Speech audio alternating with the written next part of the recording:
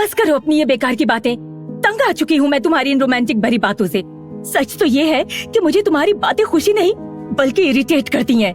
निशा ने गुस्से में रोहित से चिल्लाते हुए कहा, जिस वजह से पार्टी में मौजूद हर कोई उन दोनों की तरफ देखने लगा। तभी निशा के पास ध्रुव आकर भी खड़ा हो गया, जो उनकी क्लास का सबसे बिगड़ा हुआ लड़का था, और उसने रोहित के सामने ही निशा का हाथ पकड़ लिया। उन दोनों को एक साथ देखकर रोहित काफी इमोशनल हो गया और उसके जहन में जितने भी सवाल चल रहे थे उसने वो एक ही सांस में निशा से पूछ लिए। ये तुम्हें क्या हो गया है निशा? तुम तो मुझसे प्यार करती थी ना, फिर आज तुम ये कैसी बातें कर रही हो? और ये ध्रुव तुम्हारे साथ क्या कर रहा है? जानती हो ना कितना घटिया लड़का है ये, और कितनी गंदी सोच रखता है लड़कियों को लेकर। रोहित के सवाल पर ध्रुव ने और भी ज्यादा कसकर निशा का हाथ पकड़ लिया और उसे अपने करीब खींचा। उसके बाद उसने अपना एक हाथ निशा की कमर पर रखा और रोहित की तरफ देखकर मुस्कुराने लगा। निशा ने भी रोहित को दिखाकर ध्रुव के हाथ पर किस किया और मुस्कुराने लगी।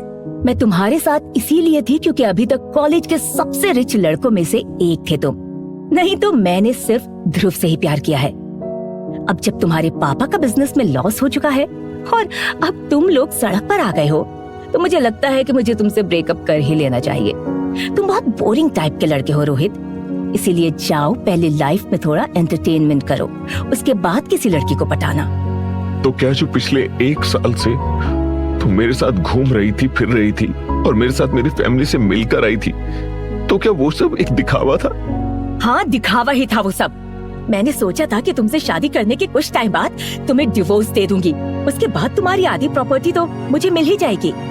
फिर उस प्रॉपर्टी पर मैं और ध्रुव सारी जिंदगी ऐश करेंगे। लेकिन मेरी प्लानिंग धरी की धरी रह गई और तुम तो सड़क पर आ गए, इसीलिए अब मैं तुम्हारी शक्ल भी नहीं देखना चाहती हूँ। जाओ यहाँ से। रोहित का दिल टूट चुका था और पार्टी में मौजूद हर कोई उसका मजाक बना रहा था। उसके सामने ही निशा ने ध्रुव को कसकर गले से लगा लिया और फिर वो दोनों एक दूसरे को किस करने लगे। आसपास मौजूद सभी लड़के लड़कियां उन दोनों को देखकर तालियां बजाने लगे। उसके बाद रोहित वहां ज्यादा देर नहीं रुक पाया और पार्टी हॉल से निकलकर आगे बढ़ने लगा। रात के 9 बज रहे थे और बाहर काफी तेज बारिश भी हो रही थी। खुद में ही खोया हुआ रोहित आगे चलता ही जा रहा था। उसके दिमाग में फिलहाल युविका की आवाज गूंज रही थी, इसीलिए उसको पता ही नहीं चला कि कब वो कहां से दूर जंगल में पहुंच चुका है। फिर वो समुद्र के किनारे बैठ गया और समुद्र के पानी की तरफ देखकर बातें करने लगा। हे ऊपर वाले, क्यों तुमने मेरे साथ ऐसा किया और क्यों मेरा मजाक सबके सामने बनवाया? अब मैं इस दुनिया में रहना ही नहीं चाहता हूँ। मुझे अपने पास बुला ले ऊपर वाले, या फिर मेरी लाइफ में कुछ ऐसा कर दे जिससे मेरी लाइफ बोरिंग ना होकर इंटरेस्टिंग हो जाए। कुछ कर ऊपर वाले और मुझे यहाँ से दूर भेज दे, जहाँ पर मेरा कोई भी कॉलेज का स्टूडेंट ना हो। रोहित आसमान की तरफ देखकर लगातार बातें कर रहा था और ऊपर से बारिश भी हो रही थी। वो इस वक्त बातें करने में इतना ज्यादा बिजी हो गया कि उसे ये भी ध्यान नहीं रहा कि समुद्र की लहरों का बहाव तेज होता जा रहा है और वो पानी के अंदर समाता ही चला जा रहा है। कुछ ही देर में अचानक ही एक बहुत बड़ी समुद्र की लहर आई और रोहित को बहाकर अपने साथ ही समुद्र की गहराई में ले गई। जब तक रोहित को होश आया तब तक बहुत देर हो चुकी थी और वो जोर से चिल्लाया। अचानक ही समुद्र के पानी में एक तेज रोशनी उठी और देखते ही देखते रोहित लहरों में पूरी तरह से समा गया। लेकिन रोहित का सफर यहाँ से खत्म नहीं हुआ था, बल्कि यहाँ से हुई थी उसके एक नए और अनोखे सफर की शुरुआत। ठीक उसी वक्त बिल्कुल ऐसी रोशनी बहते हुए पानी के किनारे से बाहर आई और देखते ही देखते उस बहते हुए पानी के किनारे पर बने हुए एक खूबसूरत से घर के अंदर समा गई। ये मैं कौन सी जगह पर हूँ? देखने में तो ये कोई घर लगता है, लेकिन काफी अलग तरीके का बना हुआ घर। एक लड़का अपने नर्म बिस्तर पर लेटा हुआ था और अपने आसपास कमरे की हर एक चीज को काफी ध्यान से देख रहा था। देखने में वो लड़का सिर्फ 20 से 22 साल का रहा था और उसके चेहरे पर एक अलग ही चमक दिखाई दे रही थी। वो लड़का उठने की कोशिश करने लगा और खुद से ही कई सवाल करने लगा। ये मैं कहाँ पहुंच गया? मैं तो समुद्र के किनारे बैठा हुआ ऊपर वाले से बातें कर रहा था। लगता है ऊपर वाले ने मुझे वहीं पानी में ही टपका डाला और सीधा अपने पास बुला लिया। वाह रे मेरी फूटी किस्मत! आज तक तो ऊपर वाले ने कुछ सुना नहीं। आज जब थोड़ा इमोशनल होकर इमोशनल बातें क्या कर डाली तो ऊपर वाले ने इतनी जल्दी सुन लिया। उसके बाद वो पूरी हिम्मत के साथ खड़ा हुआ कि तभी उसकी नजर सामने लगे हुए एक बड़े से आईने पर चली गई। जैसे ही उसने आईने को देखा तो उसकी आंखें फटी की फटी रह गई।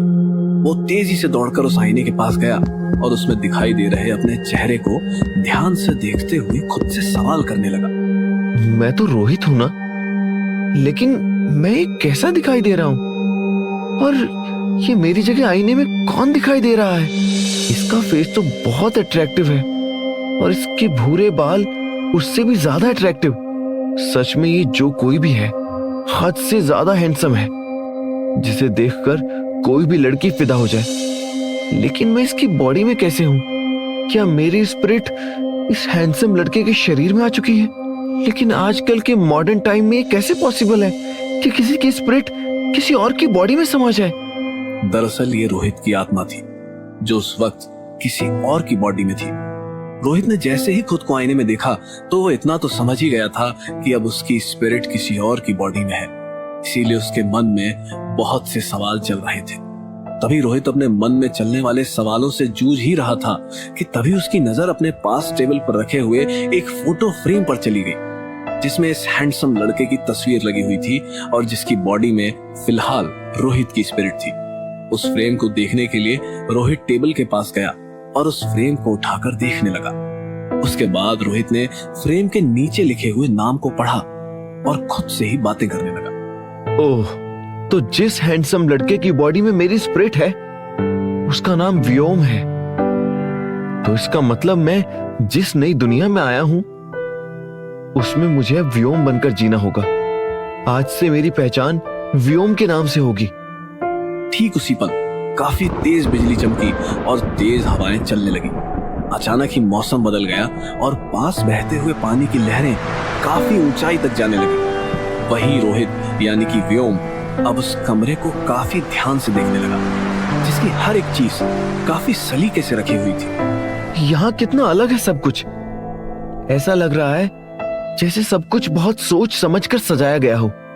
देखने में साफ पता चलता है कि ये किसी खानदानी रईस का कमरा होगा। तो इसका मतलब आज से वो रईसों वाली लग्जरी लाइफ मैं जीऊंगा। व्योम का मन इस वक्त सवालों से भरा हुआ था और कुछ सवाल तो उसे काफी एक्साइटेड भी कर रहे थे। फिर उसका ध्यान अपने खुद के पहने हुए कपड़ों पर गया, जो देखने में चाहे अलग तरह के थे लेकिन काफी सुंदर थे। अब व्योम के दिमाग में कुछ और ही सवाल चलने लगे। लेकिन मुझे एक बात समझ नहीं आई, और वो ये कि इतना हेल्दी और डैशिंग लड़के की अचानक ही डेथ कैसे हो गई? कुछ तो ऐसी वजह रही होगी इस असली व्योम की मौत की। व्योम खुद से बातें ही कर रहा था कि तभी उसकी नजर पास ही रखी हुई एक खाली कांच की बोतल पर गई। व्योम ने झट से उस बोतल को उठा लिया और चेक करने लगा। उसमें बोतल को स्मेल किया और काफी देर तक फील करता रहा। कहीं इस लड़के को जहर पिलाकर तो नहीं मारा गया? यहाँ पर ड्रिंक के ग्लासेस भी रखे हैं। हाँ, शायद ऐसा ही हुआ है। लेकिन देखने में तो ये काफी अच्छे घर का लगता है, तो इसकी क्या वजह हो सकती है? खुद से ही सवाल करते हुए व्योम ने कमरे को अच्छी तरह से देख लिया और फिर तभी उसके कानों में एक औरत की आवाज आई। आप ठीक हैं यंग मास्टर? मुझे तो लगा था कि कभी आपको कुछ हो ना गया हो। आपको नहीं पता कि आपके शरीर का जहर काटने के लिए मैं कितनी दूर से ये दवाई लेकर आई हूँ। व्योम के सामने इस वक्त अधेड़ उम्र की औरत खड़ी हुई थी, जिसने पीले रंग की लंबी ड्रेस पहनी हुई थी। उसने अपने बालों को फोल्ड करके एक ऊंचा बन बनाया हुआ था और साथ ही उसके कंधे पर एक लंबी दुपट्टे जैसी पट्टी लटक रही थी। व्योम ने उसे देखा तो मन में सोचने लगा, ये औरत मुझे यंग मास्टर कहकर बुला रही है, तो क्या ये व्योम की नौकरानी हो सकती है? उसके बाद व्योम ने उस औरत से कहा, मैंने ऑलरेडी ये दवाई पी ली है, अब मुझ पर जहर का कोई असर नहीं है। तुम बेफिक्र रहो। लेकिन तुम कौन हो और मुझे यंग मास्टर कहकर क्यों बुला रही हो? व्योम का सवाल सुनकर वो औरत उसे शक भरी निगाहों से देखने लगी। कौन हो तुम? हमारे यंग मास्टर तो नहीं हो सकते। सच सच बताओ, कोई बहरूपिया हो क्या जिसने महिमा को नहीं पहचाना? आखिर कौन है ये महिमा? क्या पकड़ा जाएगा रोहित? कौन है ये व्योम और क्या है इसकी कहानी? आखिर कौन सी नई दुनिया में पहुंच चुका है रोहित? इन सभी सवालों के जवाब जानने के लिए सुनिए इसका अगला भाग।